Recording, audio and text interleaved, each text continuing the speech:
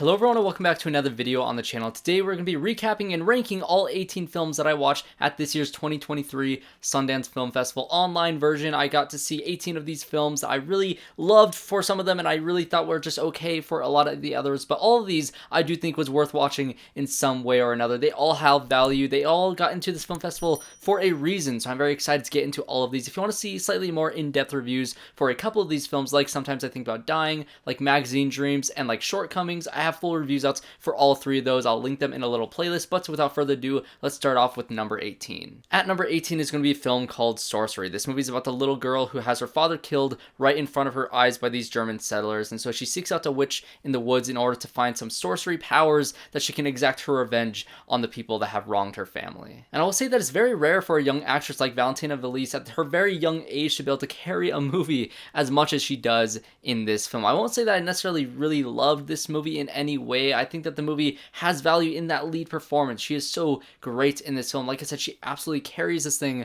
on her back, but the actual story itself never had anything to truly draw me in, and I was never fully invested in her journey or the people around her or the sorcery kind of weird themes around this film. I think the movie has a lot to say in terms of its thematic elements, but in terms of a movie as a whole, I wasn't as invested as I wanted to be. So at number 17 is going to be a film called The Tuba Thieves, and if you read the description that the Sundance Film Festival gave me before I bought all the tickets, and this was the reason why I bought these tickets, was it said that this movie follows a bunch of tubas that were stolen in the early 2000s from a bunch of different high schools, but the movie is actually not about the stolen tubas or the thieves. It's actually about what it means to listen, and so I love that premise, and honestly, that's a very accurate description of this movie. This movie is directed by Alison O'Daniel, and she's hard of hearing, so this movie kind of explores what sound means to not only her, but to the entire deaf community, and how me, as somebody who is hearing, can experience the world through the lens that she has, the perspective that she has on sound, because sound isn't just, what you're hearing right now in this video. It's so much more than that. You can see it when a jet goes off and it breaks the sound barrier. You can feel its vibrations, and you can feel the impact that it has, that words have on people and on the world. And when you don't listen, when you choose not to listen about certain things, like the theme of environmental, climate change in this film as well, we don't listen to the clear evidence that's right in front of us, and what is that going to do to our world as a whole. And so this movie has a lot of thematic elements when it comes to sound, but it's kind of filmed in a very interesting way. This is a documentary, but it also has kind of I feel like it might be somewhat scripted in terms of its kind of narrative thread, that you're following this one character as she kind of goes through, the paces of her life, but it's very much shot in a way that I would honestly compare to Skinamarink in a weird way, where it's a lot of shots of highways with subtitles that say a car is zooming by. Like I said, it is from the perspective of somebody who is deaf, so the sound design in this film is absolutely incredible for those who can hear, but those who can't, it will say in incredible detail in the subtitles in this film. And so in that way, you're watching a bunch of these really mundane activities go by, and it is kind of boring because the movie is quite long and you're just kind of staring at things on the screen rather than an actual narrative thread that you're following through the entire film. And so in that way, I do wish that that narrative thread was just a little bit more interesting, a little bit more prominent in this film. At number 16 is going to be a movie called Run Rabbit Run, and unfortunately this was the only film available on the midnight section at this year's online festival, and so I wasn't able to see movies like Talk to Me, which was just acquired by A24, which I was very excited to see, or Birth Rebirth, which I also heard a lot of great things about this film. So fortunately, I only got to see Run Rabbit Run, which is an okay horror movie. It does have a lot of suspense and a lot of atmospheric tension that kind of reminded me a little bit story-wise of Hereditary at the beginning, and kind of tonally like The Babadook in a lot of ways. And so it's never as original or as great as any of those other two films that I just mentioned, but it's not that this film has no value at all, because Sarah Snook is great in this movie, and some of the ideas that it presents and some of the themes that it presents is very interesting. It just kind of follows the conventional things in horror movies that you've seen before in a lot of other films. At number 15 is going to be a movie called Divinity. This movie is directed by Eddie Alcazar, starring the one and the only Stephen Dorff, and this is one of the most bizarre theatrical experiences that I've ever had, because I do work at a movie theater, and so I have access to a theater when I was watching these film festival movies online, and so a few of them I did watch on the big screen, like this film in particular, and also Infinity Pool and a couple others, and that was my double feature. I watched Divinity, and then I watched Infinity Pool, and let me tell you, that was the most bizarre and most disturbing 4 hours of my entire life. And I will not say that this movie is bad. I don't know if I liked it. it's just one of the most bizarre experiences, and I admire how ambitious this film is, because it's a giant sprawling kind of tale about immortality and what it means to be immortal and kind of the drawbacks of that and what do you have to sacrifice for an everlasting life. And so it's a very fascinating thematic story, but also the first 30 minutes might as well just straight up be porn. And so there's a lot of weird things in this film and the way that it handles immortality. And like I said, it is very, very ambitious. It's a black and white film. There's a crazy action sequence in this film that's pretty much done through these puppets in stop motion that is kind of bizarrely well done, and it just kind of works in a weird way. It's cut in between a live action like insert shots of somebody's face and then cuts to the puppets in a wide shot kind of beating each other up with like these weird lightning effects. And it's a bizarre movie. It is impossible to explain. It's one that I recommend to people who love weird experimental movies, but maybe wasn't my favorite film of the festival. At number 14 is going to be the Persian version. This one actually won one of the audience awards at the US Dramatic Competition at the film festival, and I'll have to add on to all the people who also loved this movie from the audience perspective because it is a crowd pleaser. This is also a story, again, with another film on this list that is fairly conventional in terms of its storytelling, in terms of where the plot goes with it, because it is a story about whether it's a rom-com or whether it's a story about a mother and a daughter and some, generational trauma that lies within that kind of storyline. It is something that we've definitely seen before, but again, this is the Persian version. This is a version of this story that you've never told before in a flashy style that you haven't seen before, with a lot of heart and soul given to it by its cast and crew, and especially the director, who puts a lot of personal takes on this film from her actual life. And so in that way, I think this movie is very culturally rich and is very entertaining. I thought the funny moments were very funny. I thought the more dramatic and emotional moments really worked between the mother and daughter. The movie does kind of feel like it's split between three different storylines, but the main storyline is the one between the mother and the daughter, and that's the one that I absolutely loved. I think the performances from both these actresses and even the younger counterparts that they have when you're kind of flashing back and forth between different decades really worked. I really love the storytelling. It just kind of felt not as well juggled as I think that they could have done with some more time. There's a couple times in editing where I feel like a scene was very much cut down and was ADR'd at times, and me as a filmmaker, I noticed that, but I think a lot of audience members will actually not notice certain little tiny things like that I picked up on, especially in the first third of this movie. And so I think it was a well-made film. I think that it will really catch on with audiences, and I think it's just a really fun time at the theater. At number 13 is a film called Animalia from Morocco, or in its native language, it's actually called Among Us, which I bet you can guess why the name was changed for its English translation. But this film follows a pregnant woman who's going across the country in order to meet up with her husband and her husband's family, while there's this weird alien invasion going on at the same time. On my Letterboxd review for this movie, I said I think I'm a little bit too dumb to fully understand this film, and so I think maybe if I read more about it and if I kind of learned more about the religion that this film kind of follows, I would probably appreciate it a lot more. But what I got out of it was it played off of themes of religion and of class, and how the entitlement of those two things can feel like you deserve something more than other people that you kind of see as undeserving when it comes to a Judgment Day type situation. And so it kind of frames it in this very unique sort of sci-fi kind of setting that this movie follows. Is very gorgeous. I think out of all the films that I watched in this entire film festival, the cinematography in this film is easily the best of the festival. I absolutely loved how this movie looked. This was also another one that I had the opportunity of watching it in the theater, so I'm very glad I had that chance to watch this on the big screen. It's definitely one that's interesting to watch, and if you heard me say that premise and it sounds interesting to you and you're ready for like kind of a slow burn, very intriguing and heady experience when it comes to a sci-fi, very thematic experience, this one is going to be right up your alley. At number 12 is going to be a film called Cat Person. This movie is directed by Susanna Fogel, starring Amelia Jones, who was in Coda from last year's Best Picture winner, and I really loved that film, and so I was very anticipated for this one because of that actress, because of the things that I've heard about this film and its true story. That is the Cat Person article that came out a few years ago. So if you don't know what that Cat Person article is, I'm going to talk about a little bit of the direction that this movie goes in. That's, I think if you go in blind to this film, it might be a very interesting experience like I did, but I'm going to give a little bit of details of what that little article had. This movie follows Margot, who works at a concession stand at a movie theater, when a 33-year-old man named Robert comes up, and they kind of hit it off. They kind of go start flirting with each other, and they go on a couple of dates. And of course, this being a movie, things get very uncomfortable and very weird and very dark pretty fast. It's not like a dark kind of really messed up thing that Fresh was at last year's Sundance Film Festival, but it kind of gave me that same sort of vibe, because right at the beginning of this movie, I thought the guy who played Robert just felt off. He felt creepy to me, and I think that kind of it kind of hindered the experience of this film, because I think if the first half of this movie really sold you on this relationship and then things started to go weird, maybe that would have hit a little bit harder when it came to the ending. But really, I was waiting so long in this movie for the needle to drop, and when it finally did, it just kind of spiraled out of control and it went insane. And it was definitely one of those experiences that is purposefully uncomfortable. There's a scene about halfway through this movie, and if you've seen it, you know exactly what I'm talking about, that might just be the most uncomfortable experience that I've ever had watching a movie. And I've watched some really messed up movies, and this movie is just, it just captures that feeling of uncomfortability and that fear that you have of being a woman when it comes to dating in a modern time.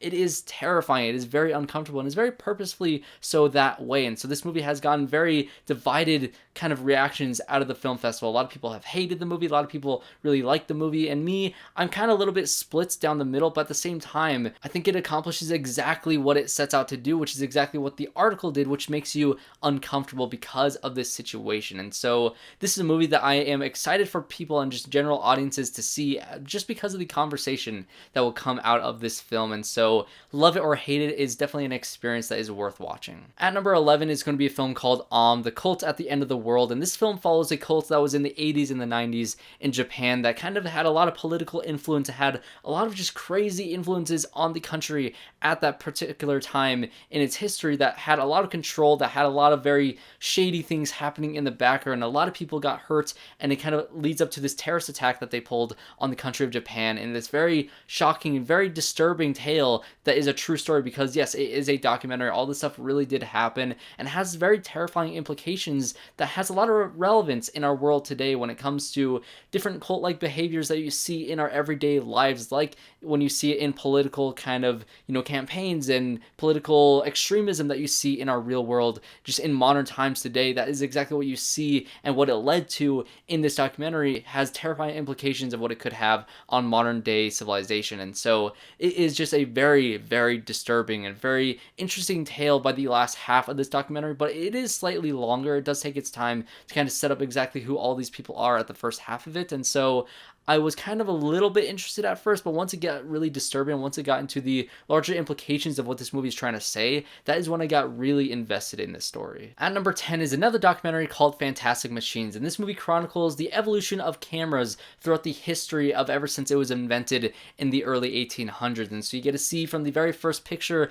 to the explosion of the internet age, how everybody has a camera in their pockets, and how we see all these very intricate and very specific moments in our history now, and how all of human life and all of human evolution has essentially been documented since that time to the modern age. And so it kind of chronicles both the evolution of the camera and what it means to humanity, and both the good and the bad things that has done for this world, and kind of the larger implications of the dangers of the camera and how it can be used and manipulated. Because, right now, what you're seeing in this video is you're seeing me with the background, but if you kind of zoom out of this setting, you get to see a different picture. You get to see things that are outside of the frame, that you get to see the microphone, you get to see the things that I don't want you to see in this video. And so that's what this documentary is about. It's about the things that you can kind of manipulate film to be able to tell the story that you want to tell, whether it's the truth or not, and what those implications can mean in a larger sense of the world. But also, it has all the lighthearted and fun moments that we got out of the internet, like TikTok, like Snapchat, like all these YouTube videos, and kind of the sensationalization of just viral videos that we've had in the past 10 years. And so it is a fascinating documentary that honestly kind of feels like a YouTube video at times. It feels like a glorified YouTube video, but the footage that they have in this film, even though I have seen a lot of it because I grew up in the age of YouTube, I've seen a lot of the clips that they use, but the way that they contextualize it is in a very interesting and very entertaining way. I was laughing throughout this entire film. I was always engaged in this entire film, and I think what it's trying to say about the power of a camera is very interesting. Alright, at number 9 is a video that I actually have a full review out for. This is Randall Park's Shortcomings, and this is a film that I really loved. If you want to see more in-depth thoughts on this one, check out my review that I have for it, but just a little spiel on it. This movie follows a very unlikable character that is very frustrating to watch throughout the entire movie pretty much, but it's so well acted and it's so well performed, and the supporting cast is so lovable. And when it got to the Q&A, when you got to learn about the experiences that these people had making this film, and the Asian American experience that it portrays in this film is just very relatable to me as somebody who is Asian American. And the main character in this movie is Asian American. He's a manager at a movie theater, and he has a dream to become a filmmaker one day, and that is pretty much exactly me. That is me to a T. But this character makes all the wrong decisions. He does nothing that I would do in my life, but at the same time, everybody has that feeling that they're always making the mistakes. They're always saying the wrong things. They're always doing the wrong things. And in that way, this movie is extremely relatable, and it follows a character that is so afraid of change, and that when the character does finally decide to embrace that change, how amazing things can be that come out of that. And so this is a very beautiful story, very well directed by Randall Park, and I'm very curious to see where his filmmaking career goes in the future. At number 8 is a film called Kim's Video, and this follows the documentarian who really loved this video store in the early 2000s called Kim's Video, and it's run by this guy Youngman Kim, and he had a very eclectic collection of all these different VHS tapes and DVDs that had a lot of just niche titles on it, films that you wouldn't get anywhere else, not even at a Blockbuster or anywhere streaming nowadays. It was very specific, had a very specific collection from this guy that was very eccentric and very kind of out of this world in his own different weird ways. And so at the time, the film industry was actively changing a lot, and the streaming wars had begun, and it kind of forced out things like Blockbuster, and Kim's Video went out of business, and they sent the collection off and kind of split across the world into a different country in this different collection. It's about the filmmaker trying to figure out exactly where these films went and trying to get it back to New York City, and kind of seeking out the man who kind of created this whole collection himself, Youngman Kim. And so this film is really a love letter to cinema. The tagline of this film is that it's dedicated to the ghosts of cinema, and you can really tell that this guy and the documentarians and the filmmakers behind this film really just love movies. And even the subject of the movie, Youngman Kim, he loves cinema as well. He has his own films that he made when he was younger, and you can just tell that this film is oozing out passion. And I think that is what I loved most about this film, is the passion that it has, not only for filmmaking, but for the love of movies, of experiencing movies, of watching movies. And this film had a lot of clips from different films, and it had a very fun way of storytelling. It was very humorous. I loved the voiceover and how he always kind of pit his own situation against things that happen in movies. And so it was always very entertaining. It was very relatable in terms of that passion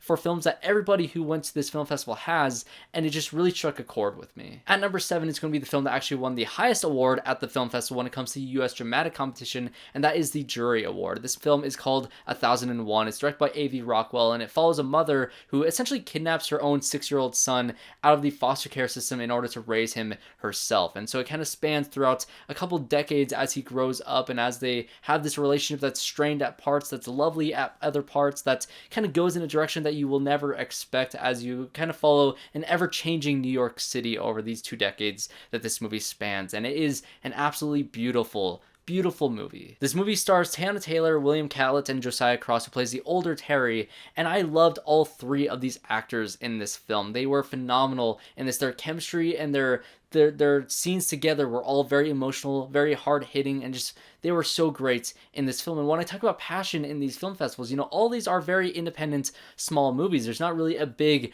massive film that premieres at the Sundance Film Festival. They're all just these little, small indie darlings. And this is a perfect example of what these film festivals can bring out of these filmmakers, because, they don't have a lot of time to make these movies. They don't have a lot of money to make these movies. All they have is the passion and the heart to tell a story that really means something that is personal to them. And I can see so many people relating so deeply with this film. I found myself relating to it at times as well. And when it covers gentrification in New York City, and when it covers these characters and this mother-son relationship that is very strained and very complicated, especially when it comes to the end of this film, it is an absolutely beautiful experience to watch on screen. At number 6 is going to be a film called Theater Camp. This movie is directed by Molly Gordon and Nick Lieberman. That's also co-written by Ben Platt and Noah Galvin. And this is a film that is made by theater kids for theater kids, that is following a bunch of theater kids, essentially. It's about a theater camp where a bunch of just, theater camp counselors are trying to teach these kids and kind of build them up to perform this giant play at the end of the film. And this movie is largely improvised, which,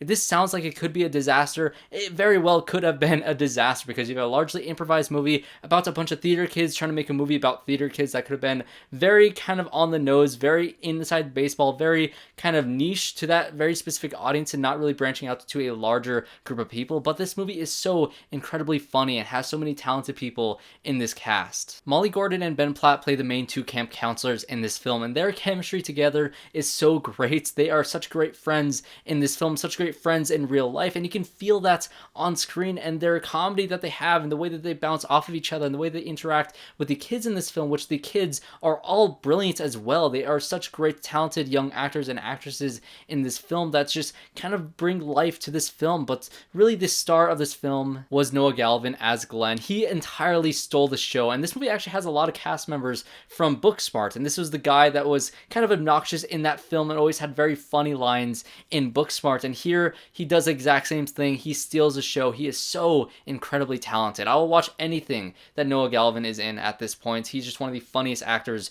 working today, and he, like I said, he completely stole the show. And the greatest parts about this film is the way that it kind of captures a sense of community. You don't have to be a theater kid to enjoy this film, because I'm not a theater kid. I was kind of friends with people who were in theater, and I kind of had a little bit of bleed over when it comes to those sort of things, but this movie kind of captures what it feels like to be a part of a group that really embraces who you are and kind of builds a sense of community where you can feel like you belong with this group. And that is the lovely parts of this film that I really did connect to, because I do have a community that really did embrace me, that really did show me that I belong in this group, and that is the feeling that this movie captures so beautifully. So theater camp is easily one of the most fun and hilarious experiences that I had, and you can feel yet again the passion that went into this film, like a lot of the other films at this festival. Okay, we've reached our top 5, and we're going to be talking about Magazine Dreams, which is another film that I did already review on the channel. So if you want to see more in-depth thoughts on this film, I have my review out already. So let's just kind of get into this one. This movie stars Jonathan Majors in what I think is his best performance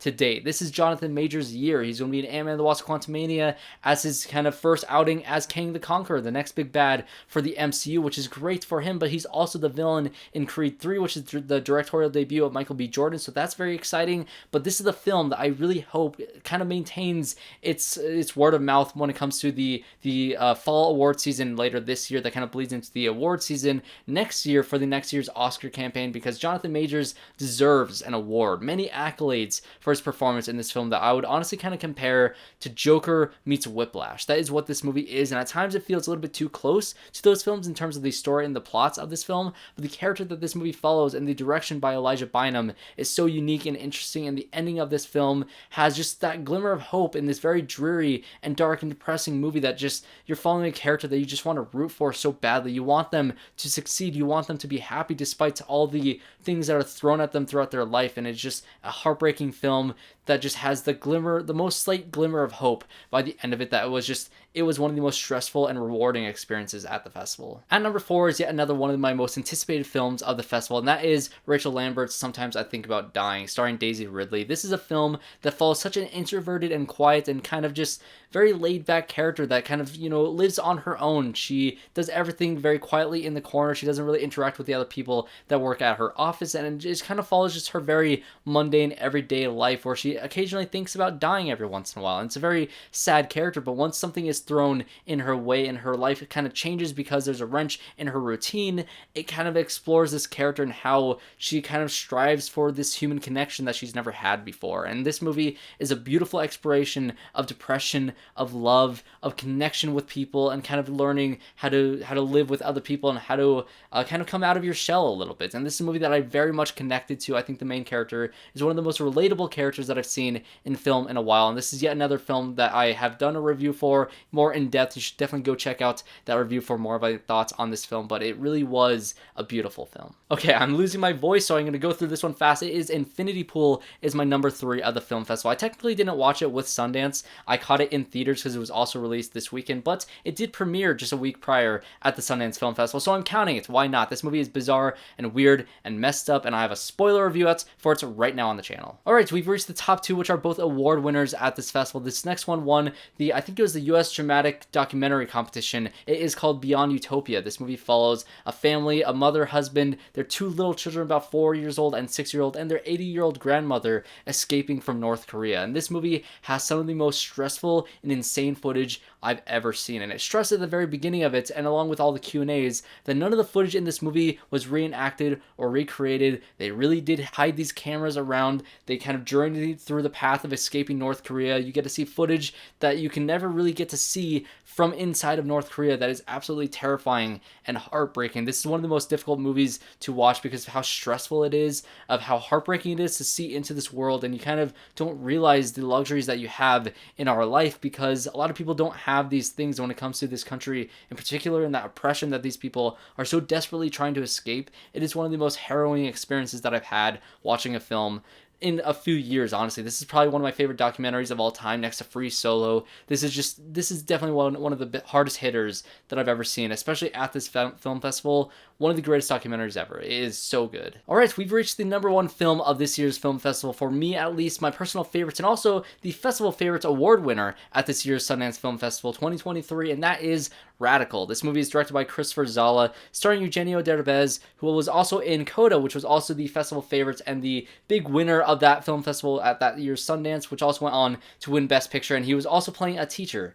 So I guess if you want to have a lot of success in your film at the Sundance Film Festival, you cast this guy as a teacher in your film, and you just win. You win everything. This movie follows the true story of the school in Mexico on the border to the US that is ravaged by violence, by corruption, by just all these terrible things. It's extremely underfunded. None of these kids have the resources to actually learn what they need to learn, and the school really enforces discipline over everything else. So these kids just have no dreams. They have no hopes to be anything greater than what they're expected to be by their faculty, by the people who run the school system. And so you have this teacher come on board that has a very unique and unorthodox way of teaching these kids that kind of inspire them to more so teach themselves, to be interested into learning rather than being told what they should learn based off of the curriculum that they are given. And so it is really this very inspiring story of this teacher that kind of breathes life into these children that make them want to dream of having a better life. And it's such a beautiful story of a few different students in particular that they're focused on, of their different lives. One of them is a very troubled kid that could possibly go into a dark path, or he can stay in school and go onto a more positive path. It also follows a girl who might as well just be a genius. She could be the next Steve Jobs. She is incredibly smart, but she kind of has a very tough family life. She is extremely poor, and she doesn't believe that she can follow those dreams. She kind of believes that she has to stick with her family and not, dream about all these things. She has her head in the stars and is kind of disencouraged by her family, and so she doesn't follow those dreams until this teacher kind of points her in the direction that kind of motivates her to believe that she is as smart as she really is. It also follows this little girl who has so much pressure on taking care of her siblings because her mom is pregnant, so she is kind of given the pressures of being a mom when she's like very, very young, and so she doesn't have the ability to focus on school. She's kind of stuck raising these children that's not even her own, and it is just kind of basing off these three children's experiences in the school that kind of cover everybody else. And when it comes to the themes of this movie about how important schooling is and how, the school has kind of more focused on discipline, on essentially policing, rather than funding this school and leading these children onto a positive path and the way that they could go in the future if there was more funding for the school, rather than more funding for the discipline and for the policing of this town. Yes, there's a lot of violence in this town, but if you lead your children down that path from the very beginning, how do you escape this cycle of violence, essentially? And so this movie has a lot of great themes, and it does follow some very similar kind of story beats that you've seen in films before, like a lot of the other films that I talked about in this festival. But you know what? I don't care about some conventionality in this film because there's so many great moments in this film that covers why it's so important to teach your children in a very specific way at the beginning of their lives, because they need that sort of thing. They are not dumb. They're not idiots. They have a lot more potential than you can kind of give them credit for. And when you really embrace those things and really kind of push them on a positive message, you can do a lot of great things, and these kids can have a lot of great lives ahead of them. It just depends on the perspective that you teach them, essentially. And so this movie has a lot of great themes. It's very beautifully told, and the performance by the main actor who is in Coda is so likable. He is so great, and he's another one of those actors that I'll watch anything he's in from this point on. I need to go down his filmography and just watch everything, because he has an energy to him and just a likability to him that a lot of actors just can't reach, and it's so fun to watch him on screen. So that's it. That is my coverage of the Sundance Film Festival this year. Next year, I honestly really want to try to go in person, so So hopefully I'll be able to make enough money on this channel to actually fund that trip when it comes to a year from now. So we'll see where I am a year from now. But if you did enjoy my coverage of the Sundance Film Festival, definitely subscribe to the channel, leave a like, comment down below what you thought of all these different films. If you're from the future and you're coming back to this video once all these films have released, what are your favorites? Or if you're at the festival yourself, what were some of your favorite films that you saw that I didn't get to see that were also at the film festival in person? Because there's a lot that I wanted to see that I wasn't able to, but I'm very happy with the 18 films that I saw this year. So thanks everybody for watching this video. Leave a like, subscribe, comment down below, and I hope to see you all in my next one.